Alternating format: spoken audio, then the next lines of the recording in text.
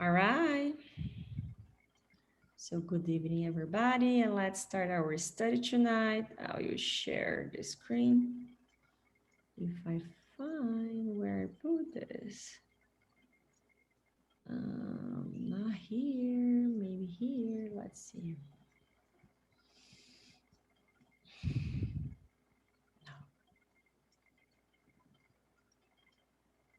Okay.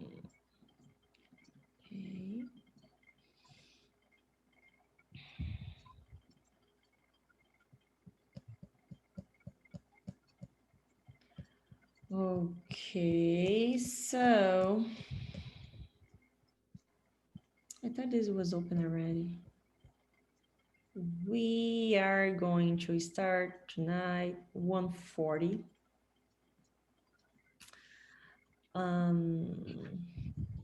So we are in the part that we're studying the soul, the proposal for incarnation. We have seen already. And just a recap that we studied the last time about the soul, the spirit, the body, and what it means spirit, what it means soul. The soul is the spirit incarnated, and the spirit is just the spirit without the body, the soul without the body. And on question, I can start 140. We are going to start questions one from 140 to 146. And 140, I can start over here. So the first question of this evening, why should we think of the theory that the soul is subdivided into as many parts as there are muscles in the body, each ruling over a bodily function? Remember, this part actually, it's going to be more towards Kardec's asking about beliefs in general, what all those people around the world, at least at that time, when Kardec were asking to the spirit those questions, where they believe about soul, spirits, all the beliefs. And the question 140, and I'm going to say again, so what should we think of the theory? It says theory that the soul is subdivided in as many parts as there are muscles in the body to ruling over the bodily function. So some people believe that. So about the division of the soul, and the spirit says, it still depends on the meaning attributed to the word soul. One more time, it depends of the meaning as we know, and the meaning for each one of us could be different. If you equate the soul with the vital fluid, that theory is correct. If the word is used to express an incarnated spirit, it's wrong. We said that a spirit cannot be divided, it has just one spirit in the body. I have multiple spirit, or this spirit is divided by parts. Therefore, movement is transmitted to the organs through the intermediary fluid without ever dividing itself up. Because for us, in order for us to be here, as we are right now talking alive, we need so many components besides the soul or the spirit. The soul, because we are incarnated, which means we need the soul, but in order the organs to work properly, it needs the intermediary fluid or the vital fluid that the spirit uses to make the body works, to make us alive, to make the organs working. Without that, and that's why we die, because at some point in our lives, we are running off vital fluid. And that's the time, most of the time, like let's say in the natural way, when you get old, and our body is getting old, our organs is getting old, and we are running of vital fluid, and then you die. That's the main component for us to be alive in the material world. Of course, the spirit, it doesn't die. And then has a sub question, which is interesting. It says, all the same, there are spirits who have given this definition. Some spirits, Kardec says, because Kardec, he not had the pleasure to learn from the enlightened spirits, but sometimes he also have the pleasure to learn from spirit that from well, they use this word here for ignorant spirits like we are, in the matter of some subjects. So, and then there is the question, because why he wants to know why some spirits come to us and give this definition that you said that is not accurate, that's not right. And those spirits, says, ignorant spirits often mistake the effect for the cause, which we do a lot. And it's important to understand what is effect and what is cause. Like when we start feeling like a flu or COVID, let's say, so we start losing our taste, our sensitives, headaches, those kind of things.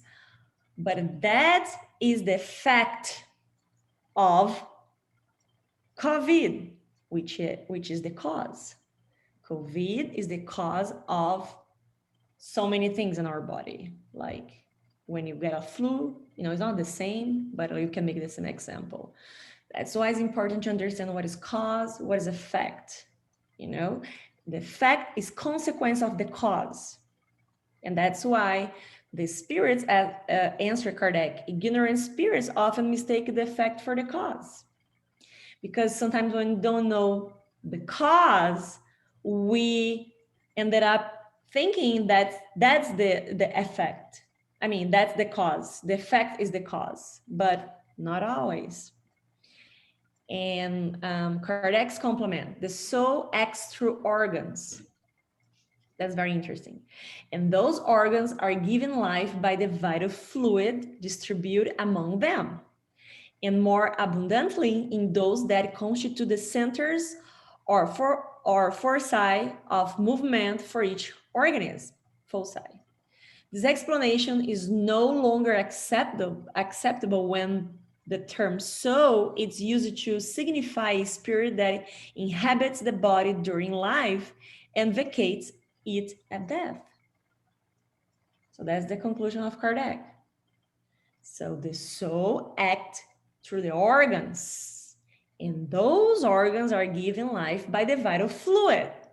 They are two different things. The soul and the vital fluid, which needs to be working together in order to give life to the body. So that's why it's just one soul. They are not divided by parts. Has one soul in the heart, has one soul in the liver, has one soul in the lungs. No, that's one soul. And the organs working probably by the vital fluid or the universal fluid. Any thoughts? Mark? Good. All good. All good? All good. All right, so could you read 141, please? Is there any truth to the belief that the soul is outside the body and surrounds it? The soul is not locked inside the body like a bird in a cage. It radiates in all directions and manifests itself outside the body as light radiates from a glass globe, or as sound emanates from a loudspeaker. In this sense, the soul can be understood as being outside the body, but it does not envelop the body. The soul has two envelopes, the perispirit, which is its first innermost envelope, being light and subtle in nature. The other is the body, which is crude, material, and heavy. The soul is the center of both these envelopes, like a nut in its shell, as we have already explained.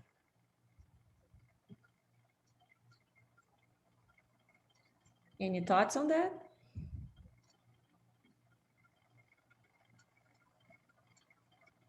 No?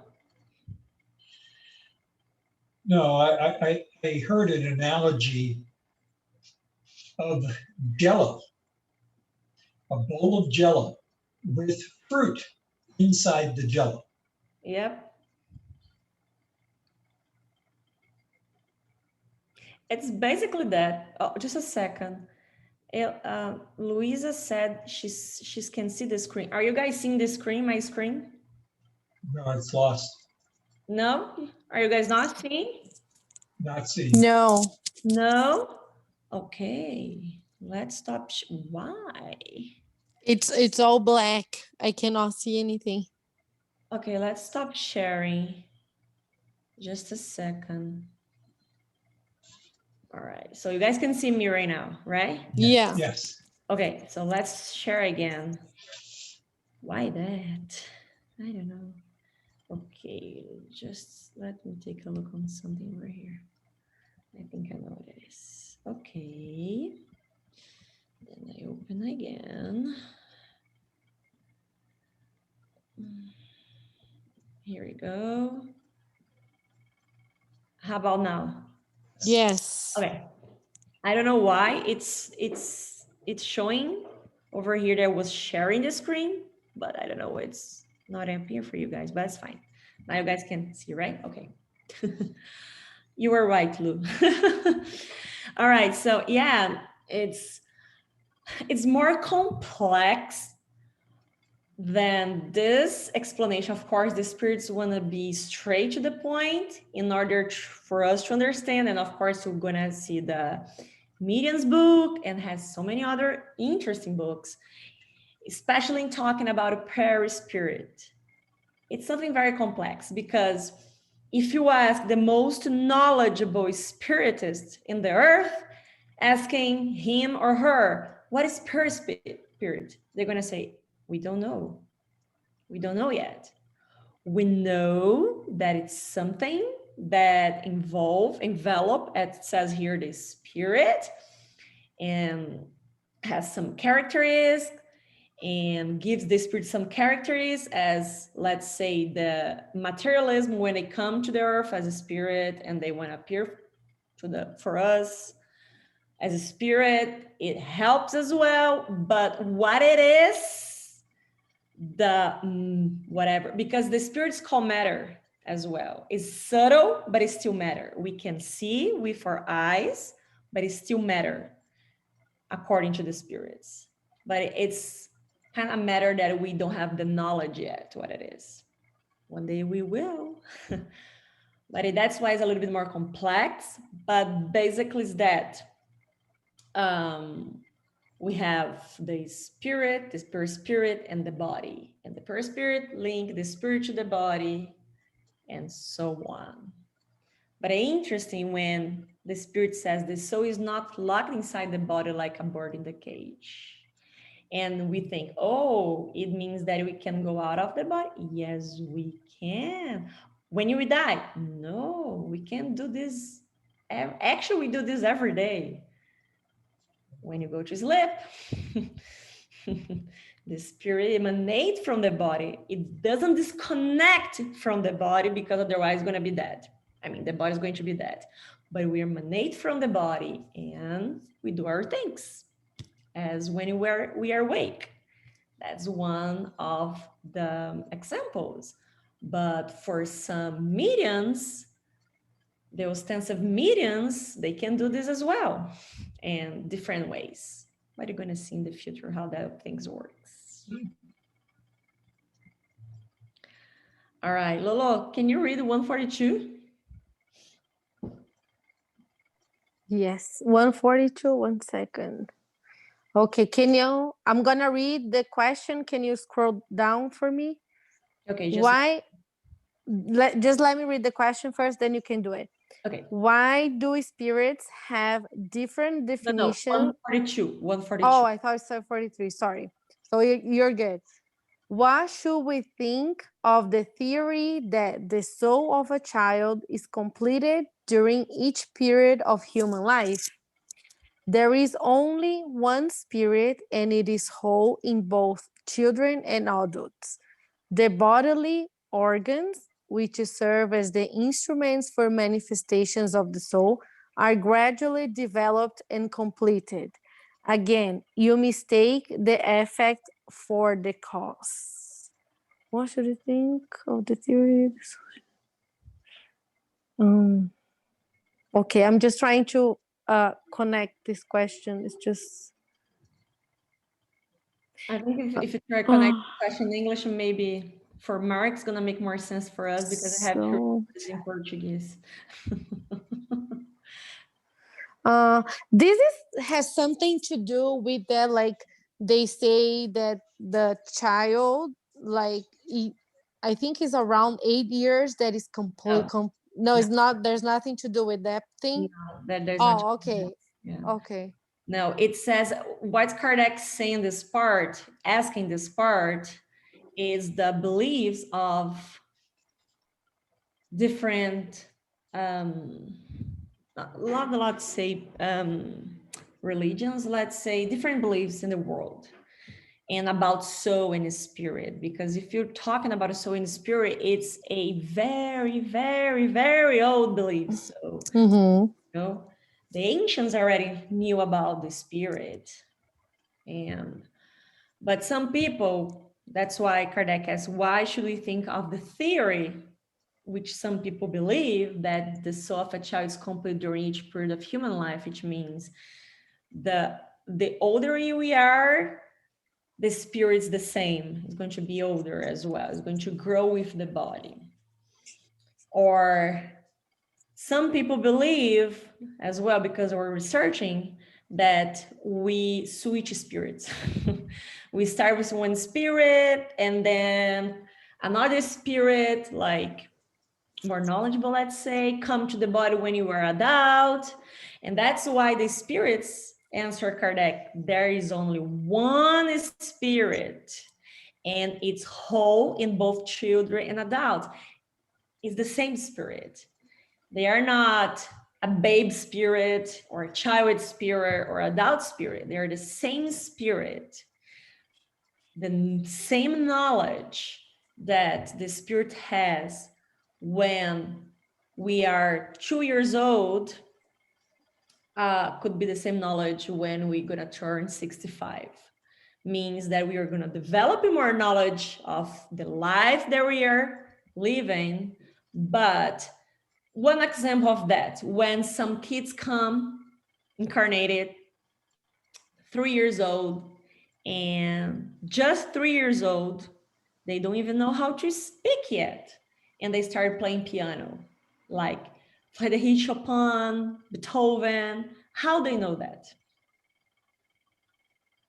Okay. That's definitely not from the body of the kid, because it's just 3 years old.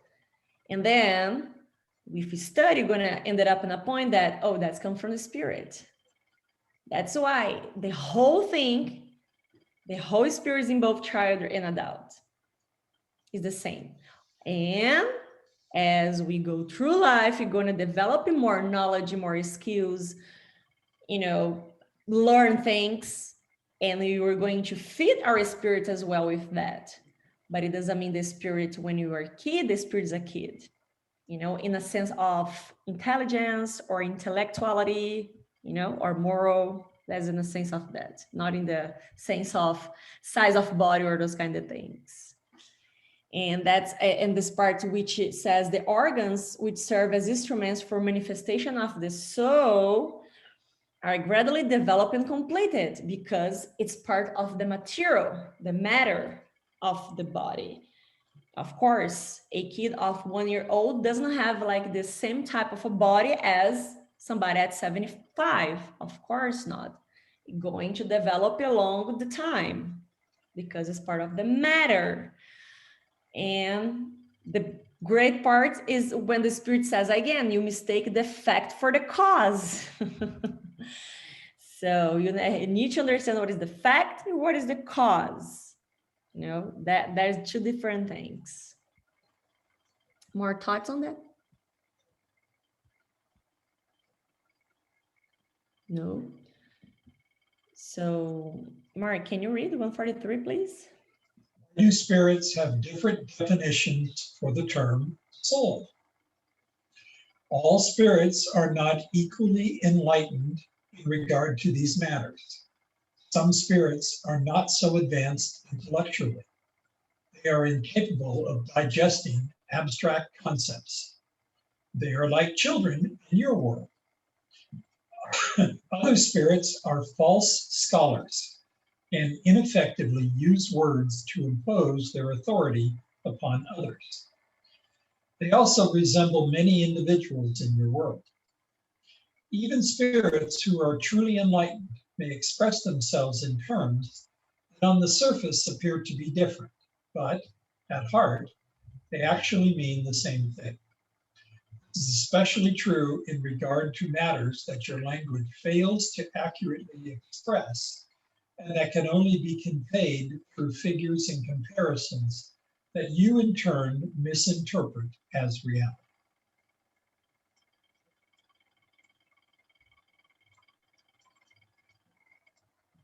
Any thoughts, Mark?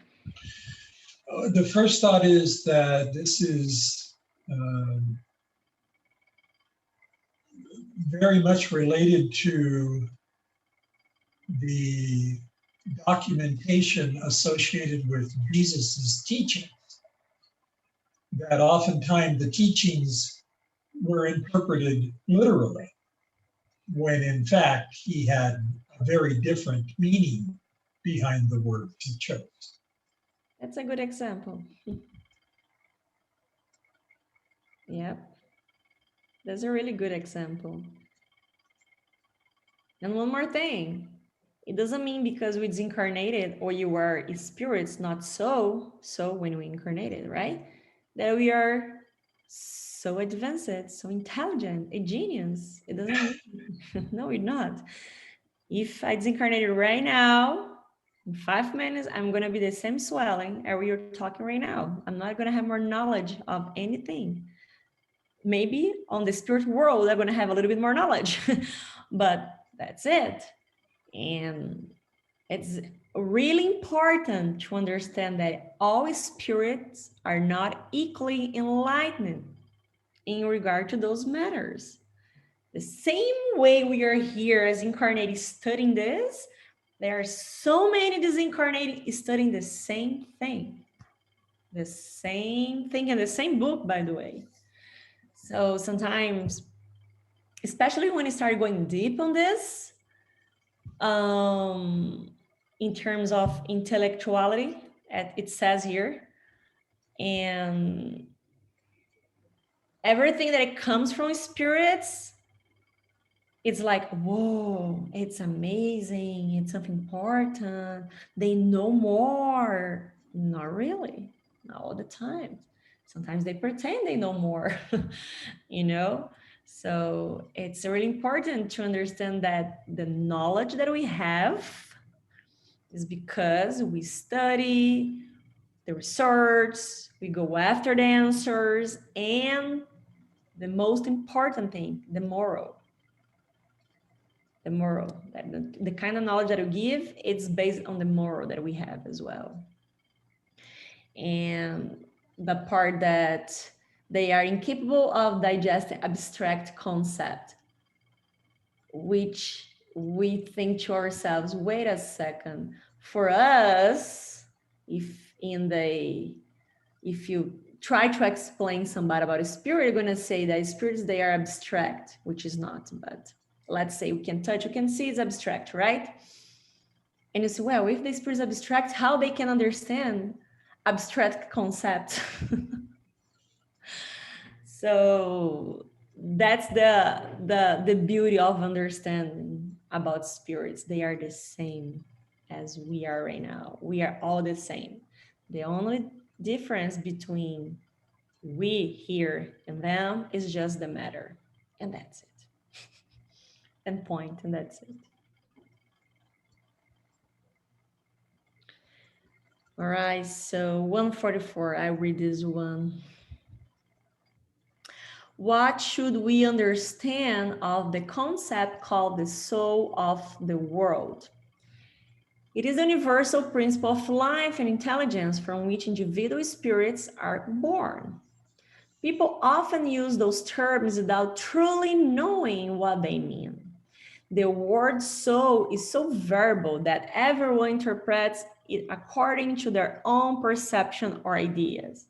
Sometimes a soul attribute to the earth, which must be understood as indicating the collection of devoted spirits who give you proper guidance when you listen to them, and who are God's dispute in your world.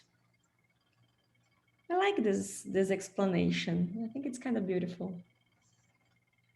But the part that people often use those terms without truly know what they mean.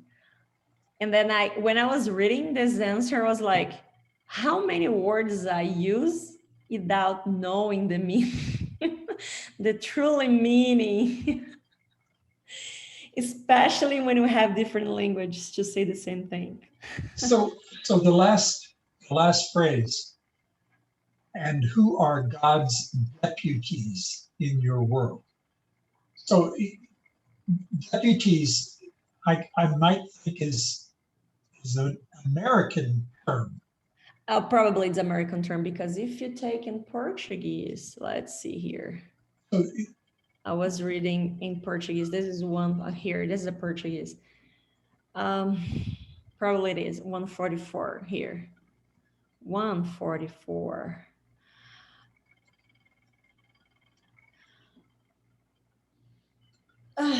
Yeah. So they are trying to translate something very specific. well, I will tell you the reference why I as an American, this is not a difficult concept for me. No, America, you know. Let me see in another book what do they use as this word. Let's see. Just a second. It's interesting.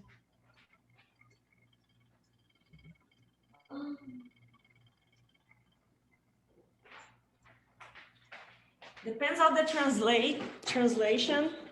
It changes a little bit.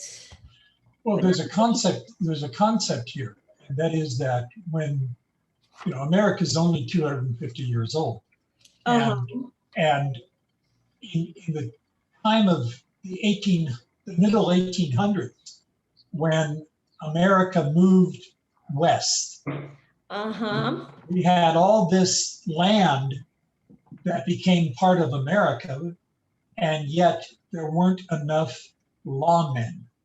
Okay. So what was very common in those days is a town would hire a sheriff. Okay. And the sheriff would keep law in the town. But when the law was broken outside of the town, the sheriff would deputize other citizens to act as his agent in order to keep the peace, in order to enforce the law. So the deputies were an assignment by the sheriff.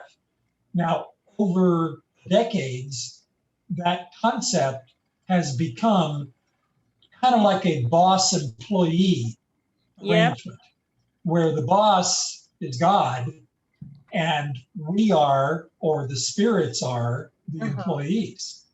So this last sentence and that last phrase is indicating that when the spirits give us proper guidance, they are God's deputies. They are God's agents. Yeah, I think it isn't a matter of who represents God's. Let's put it like this. Because if you take it in Portuguese, when I was reading, I mean, I have like 3 different spirits books at home. I mean, the same, of course, but like different translation. And like the easiest one, it says the one that represents God. Yeah. Yeah, I think that it was mean deputies, because when I see deputies means it's somebody from the Senate, government, something like this, you know, if you take like literally. And then you were by our explanation, which is nice. I didn't know about that. And I was like, okay, yeah, make more sense when say somebody that represents somebody else, maybe. You know, there's one other thought that ties to the previous questions also. And so we learned that there are 10 levels of spirits. Uh-huh. And it is easy to relate that the intelligence in the lower spirits are not the same as the intelligence in the higher spirits. Let's say, it's interesting what you said. And I was very careful in the phrasing to say not the same. I didn't say better. I didn't say smarter. I said not the Yeah, same. let's say sometimes they were pretty intelligent, but let's say they were not the same level of moral. Exactly. That I think is better to That's very good. because intelligence sometimes, oh yeah. Oh, and people can talk a good game. Yeah, sometimes they have a lot of knowledge of so many things, more equal as the enlightened spirits. However, the moral is not that elevate as the enlightened spirits. Let's say like that. But it's interesting what you said, because And I would add one more thing. I became very aware of a deficiency, and it's called discernment. So if a spirit is talking to me, how can I discern that that is an elevated spirit or not? How can I discern, as question 144 says, is this a deputy of God that is speaking to me or not? and I don't know if you already passed this. No, we are going to study probably. We're still going to study this. And the way and the medium's book has as well explanation from the spirits of that, because medium's book go more towards speaking to spirits, of course. But it's a very good question. And actually, I was 2 days ago, I was watching a lecture from Divaldo Pereira Franco, which he had the same, somebody asked the same thing to him. And it's basically to understand, but of course, it has something related with moral. It's good spirits never, ever give bad thoughts, bad insights. However, what means bad thoughts for you? So and then it's so interesting to think about that, because they are open to give good thoughts, but we as human beings, and still on this path of developing our moral, sometimes we can define, we can make the difference between a good and bad thought. And then Divaldo just put something to make sure that we understand that. And when something truly inside of her heart makes you uncomfortable towards somebody, not in the matter to make something bad to somebody, but in the matter of say sorry, or say an apology, or try to fix something, then is a good spirit.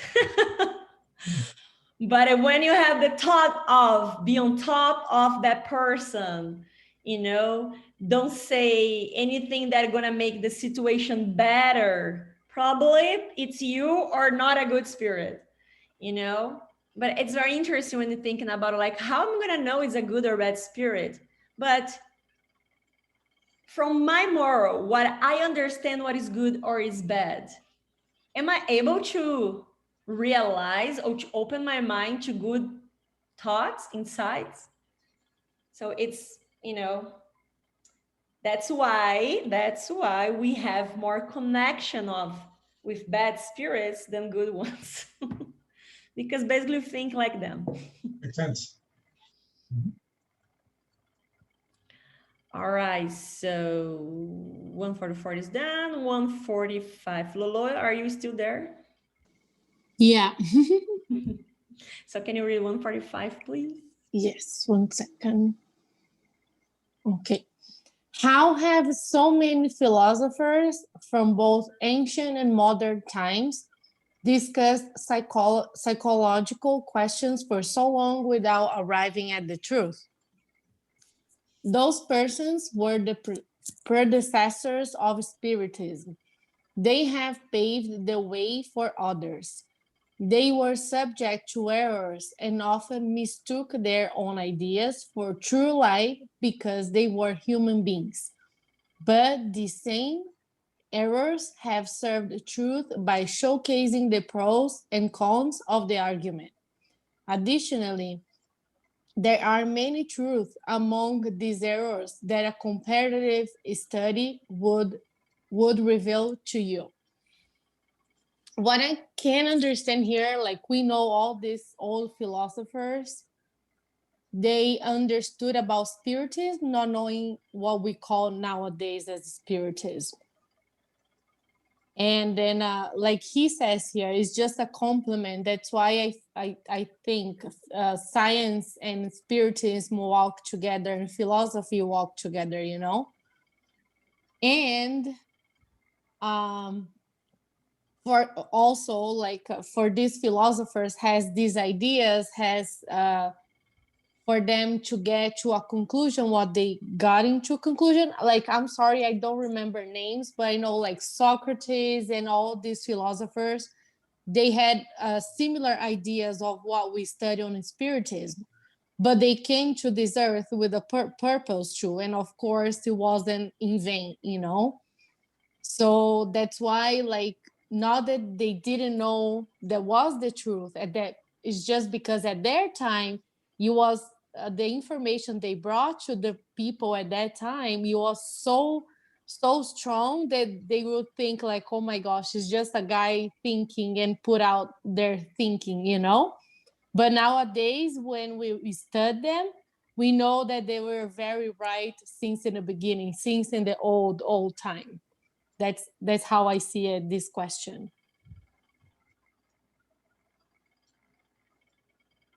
Somebody else?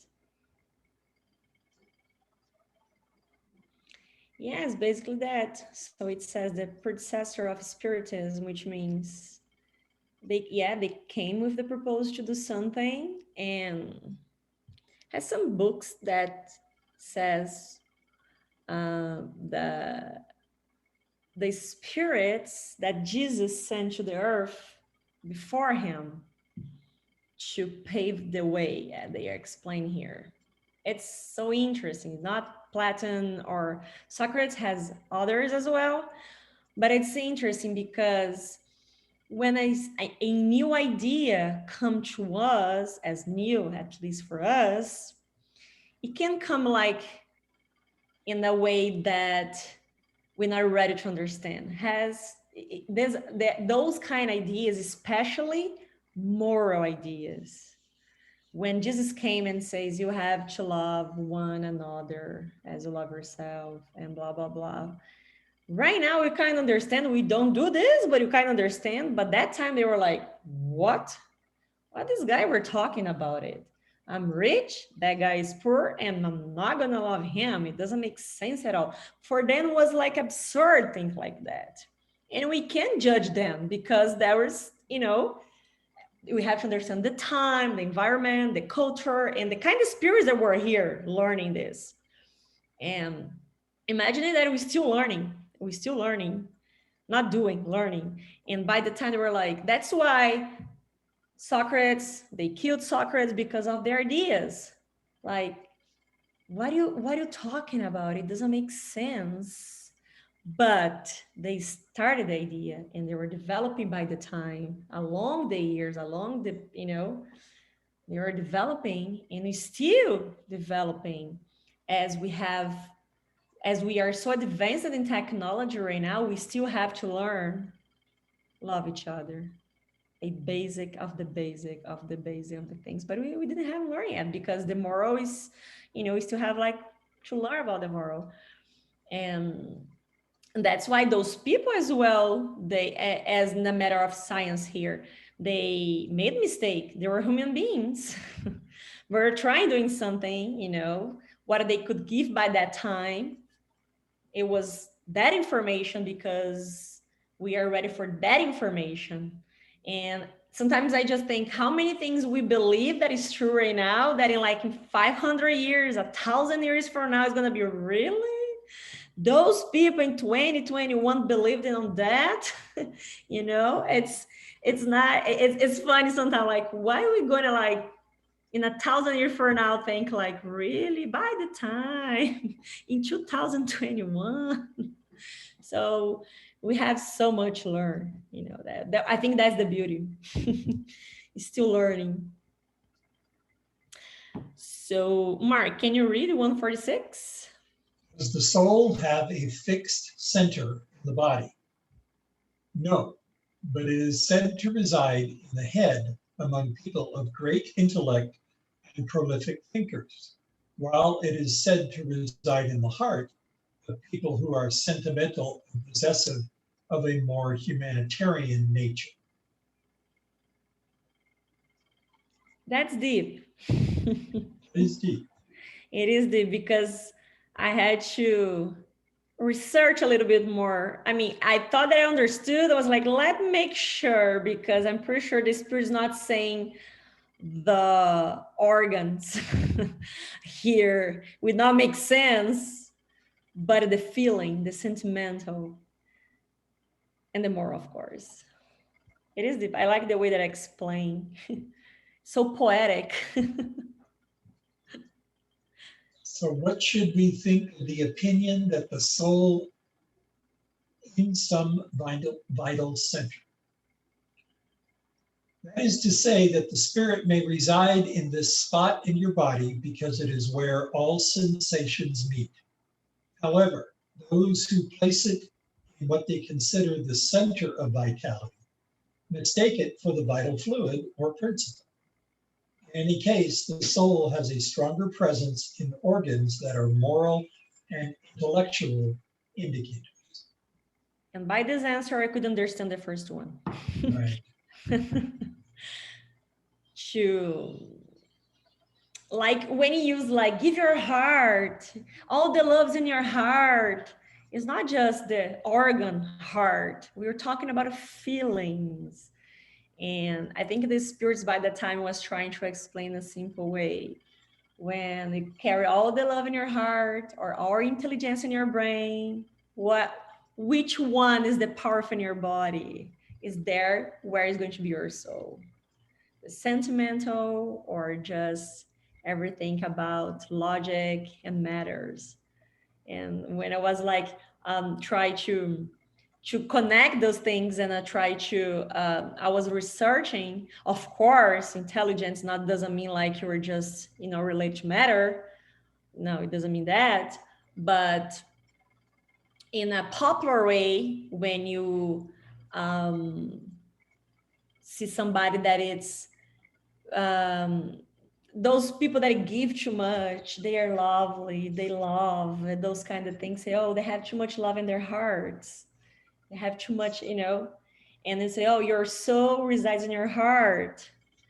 And I think that is a way that the spirits they found a way to explain for us, like, when you guys say that, let's say that the soul resides in that part. But when they say the vital principle, and I'm not sure, I think we are going to study this in the spirit, no, in the media's book, but André Luiz, like, he was a doctor when I was here, and then his book like talk about human bodies a lot. One of those books that I'm not going to remember which one, he's explained, because he could see, of course it was a spirit, how it works inside the body. And one of those books explained the vital fluid concentrated in the brain and in the heart. It's amazing, because from those two organs, they spread to the body in in such an amazing way, the way that he describes. And imagine like as a doctor reading this, because for me was like a bunch of words that I have no idea. I have to Google the words to understand. But as a doctor, imagine like reading those things and think that's so crazy that you can see how the body, human body works from outside. And André Luiz was like amused by that because he was a doctor and he was like, I had the pleasure and the opportunity to see how the body truly works. And he specified the vital fluid in the brain, the heart. It's amazing. Any more thoughts? Because that's the last question. I have just one. Please. Humans often look for an answer to a question as being a definitive answer, one and only one explanation. That's a scientific approach, if you will. Many philosophies, many religions, and obviously Spiritism also, talk about the yin and the yang. There are multiple parts, at least two. And one example is the male and female. Another example is the brain and the heart. So it makes sense that there's not a one working collectively, conjunctively. They good and bad. Yeah, one covers for the other's weaknesses and such. But it is also interesting to consider the morality. Absolutely, the morality. When I was asking the question about discernment later and how do I know this voice, it's morality. I have a morality scale or compass or something to base my beliefs on. So if I hear something that does not fit with my moral compass, then I know it's not coming from a good spirit. So it made me think like when we say that we just hear what we want from family, friends, or whatever, and from the spirits, because what fits to me is not always going to be what is good to me. Because sometimes I want to do something that is not good to me, but it fits to my ego, to my pride. And that's the time the spirits come and say, yes, go do that. You're so right. Am I? But it fits to me. It fits to my morality. Sue Ellen, that's a perfect example of what happened on January 6th. Oh, yeah. Oh, yeah. That's true. That's true. Well, so those moments that I just think that... I lost. Explain to her, Mark, what happened to January 6th. So what Sue Ellen was saying was people get caught up in what they want to hear, what their ego desires, instead of pushing aside their wants and their egos and evaluating the situation. And so I would conclude that many of the people in Washington, D.C. on January 6th, they were being driven by something other than themselves. They were willing to go along with the crowd. They were willing to do things that they would not normally do. Many, many, many had regrets afterwards when they thought about what they had done. And so as Sue Ellen was speaking, I'm thinking that's a perfect example of what happened earlier in January. Yeah, I just like him to explain, because he's gonna, he's American, he's gonna explain better than I will in the situation, because I just saw from the news. But yes, when you see something like this, what happened January 6th, and I mean, regardless we agree or not, but something that, what should I do? Because swelling, that's my opinion now. I believe when you're trying to teach somebody something, has to be in a pacific way, has to be in peace. I'm not just talking about Jesus, there are so many other examples. They were facing wars, they were facing hard times, and they decide to stood up and be the same. I'm not gonna change the way I think. I'm not gonna change the way I talk. I'm gonna be the same because I believe that's the way. Because when you're trying to teach somebody, like Louisa here is a mother. If she's trying to teach her kid, is yelling them, screaming, push them, beat them, probably gonna learn something to be afraid. Like, I'm not learning what I not should have do, but I'm learning that I not have to do this because my mom is going to come after me. And that's not the idea. But if she comes and talk, explain, give an example and more, give her example that I'm not doing this. So I expect that you not do the same because that's wrong, and that's why that's wrong. What is the chance that kid's gonna understand why? Of two things. First, because she came with love, and second, she has the moral to teach that kid because that never has done this or that she believes that's wrong. And that's what I'm saying. So if I'm trying to teach somebody that don't do that because that's wrong, first, let's explain why.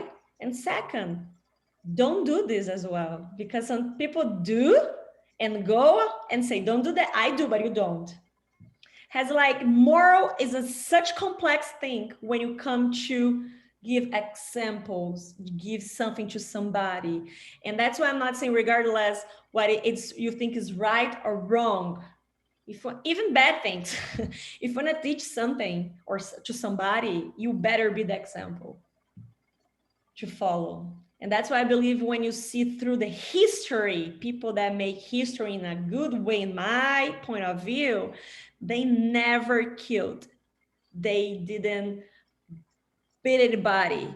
They didn't go and did something bad to somebody. They were trying to show love and respect for everybody. That's what I like. So it's a good example that you brought, Mark, and just make me think about to be somebody that gonna give good examples to people. Of course, you made mistake. I'm not saying that we have to be 100% all the time, but from those that we learn from history that did good things, they didn't change their minds. They just did in the good way. Even when you think bad things as well from bad people, when they are convicted of that, they do it. They don't change. I would add one more thing, and this is a new teaching for me. Earlier this week, or during the weekend perhaps, I heard more about Joanna de Angelis.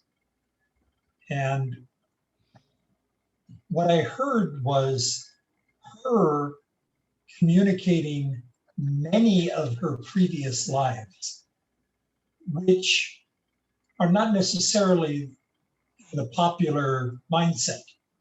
We know only a few that are talked about routinely, and of course all that she is doing through psychography now.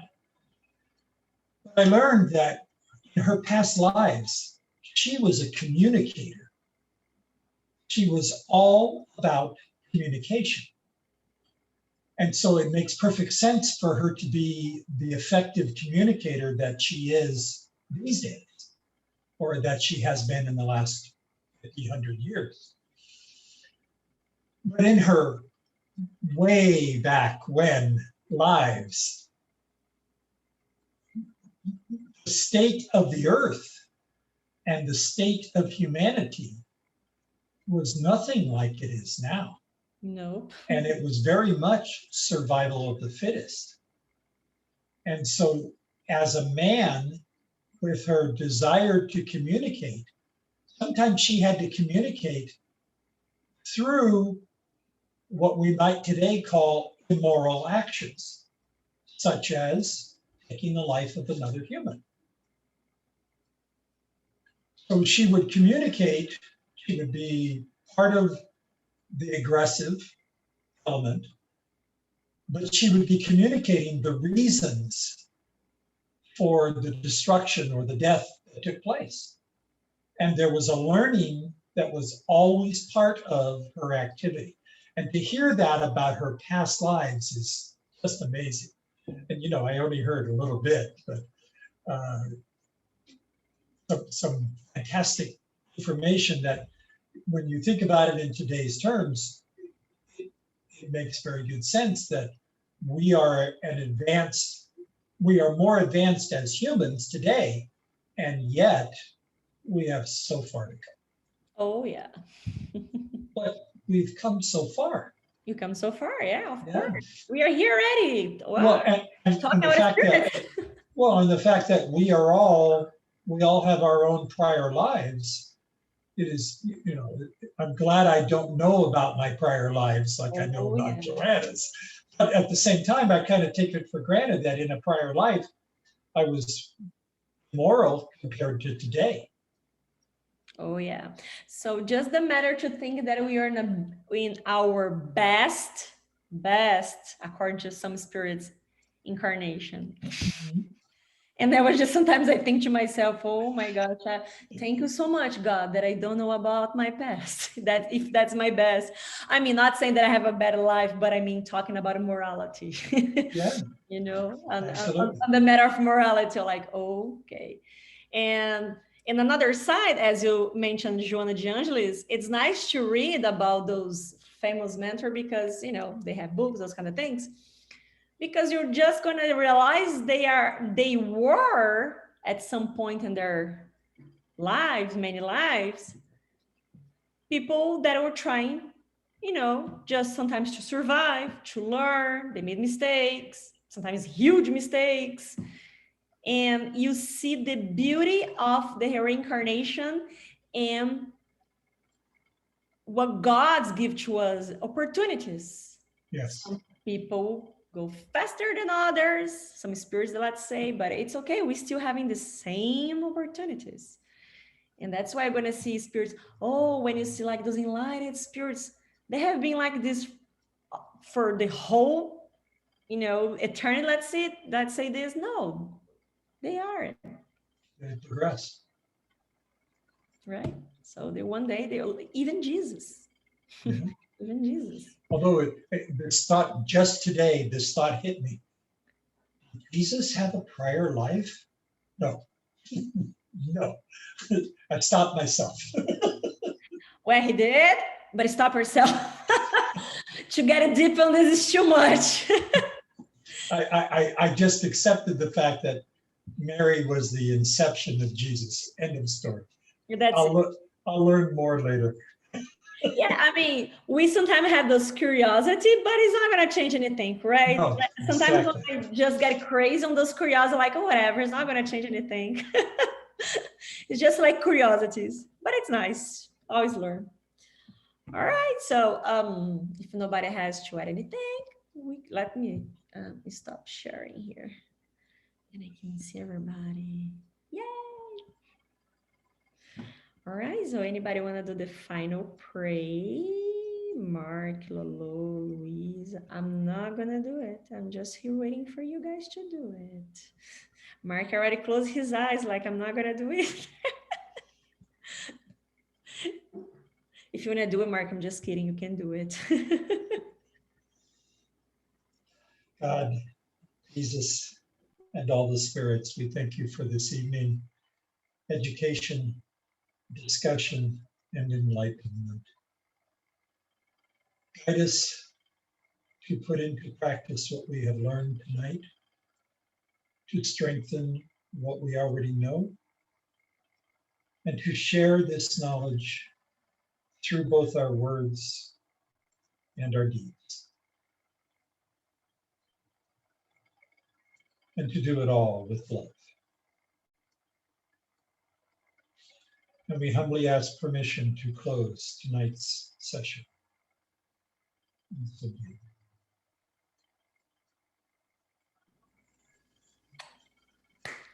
Thank you so much, everybody. Have a good night. Thank you, everyone. Have a good night. Luisa, was nice seeing you. I'm glad to see you. You too. Good night. Good night. Thank you. Okay. Have a good night. Good night, everybody. Good I'll see night. you tomorrow, Sue Ellen. See you tomorrow.